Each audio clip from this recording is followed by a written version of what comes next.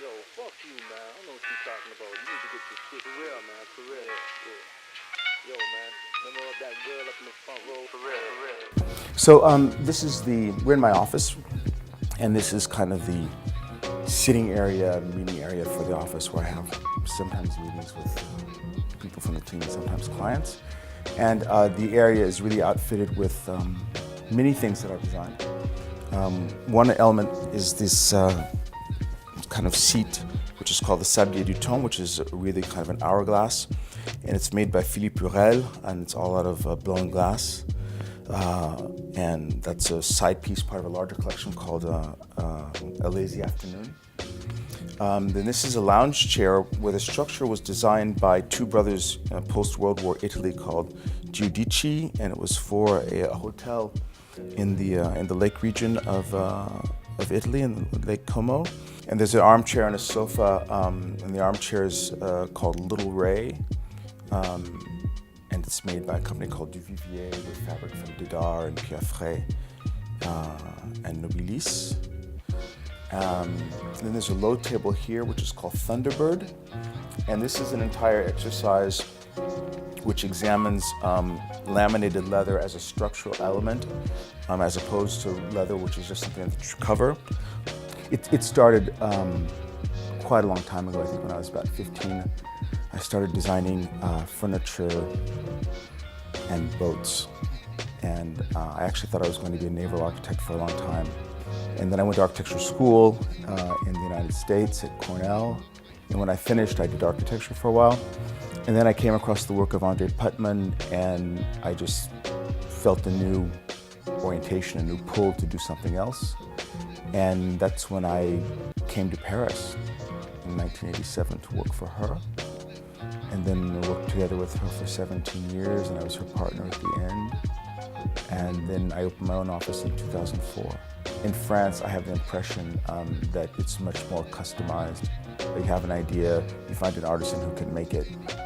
In America, you have an idea, you find the product that is already made and you adapt. Here you have the idea and you just draw it and someone will make it for you. Okay, so here we are in the material area, documentation area, which is my little workshop and where a lot of ideas come together. There are some prototypes that are happening here. This is a project that I'm working on for a client for a house just outside of Paris. And we're looking at different materials, different paint finishes, different textiles of a rug from Taiping. Doing, again, a lot of work with fabrics. Again, another table where we have ideas that are kind of in progress. These are, in fact, this is kind of funny. This is an ostrich egg. I'm doing a collection of light fixtures for this company called Tisserand Art and Style. It's one of the oldest lighting manufacturers in France.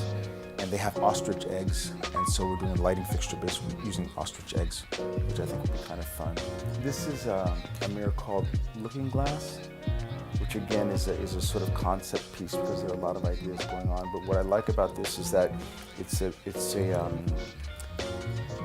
disappearing mirror in a sense that down at this part it's a mirror, but as we get up higher up, it becomes transparent glass. And these are things that we don't see. And then it gets covered with vitrail to give it a certain texture.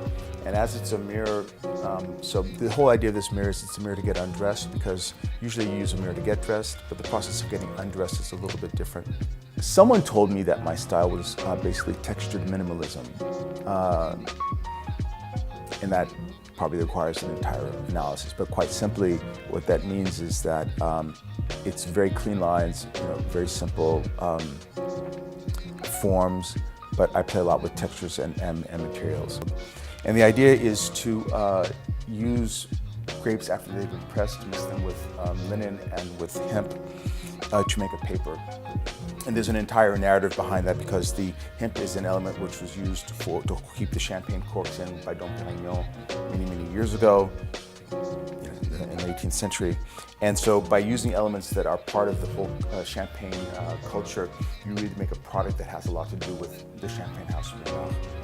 So here we're getting to some other pieces. So this is a chair I designed called Glenelle, which is sold by a company called Icart, which is celebrating its 40th anniversary this year. And Icart was founded by Andre Putman back in 1978, and I spent, I'd say a good portion of my career working with her. So I thought it was very nice when Ekar invited me to do this chair and to edit this chair.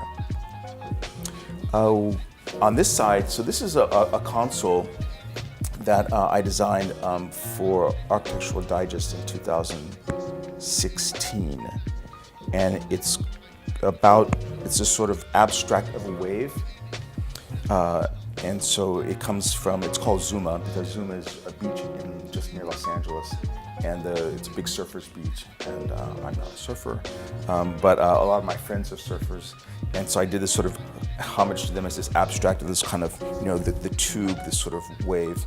And the finish on this console is all out of seaweed. So it's a way that we take seaweed and we deconstruct it and we make a sort of paste, and then we apply that back to the resin body, the structure, and then we varnish it. So again, it's investigating other notions. So seaweed is a big point. Everyone here is rather young, and I believe it's important to have a young team. There are people that have been following me for a certain amount of time. And so each person gets dedicated to a project and follows the project through all the time. And then I sort of float around and make adjustments. But I really give people here a lot of freedom to express themselves. And I really believe in this notion of exchange and dialogue. Okay, well, thanks for coming, DesignMate. We had a really, really great time. And if you're ever in Paris again, please come back and see us. Bye-bye. Take care. See you.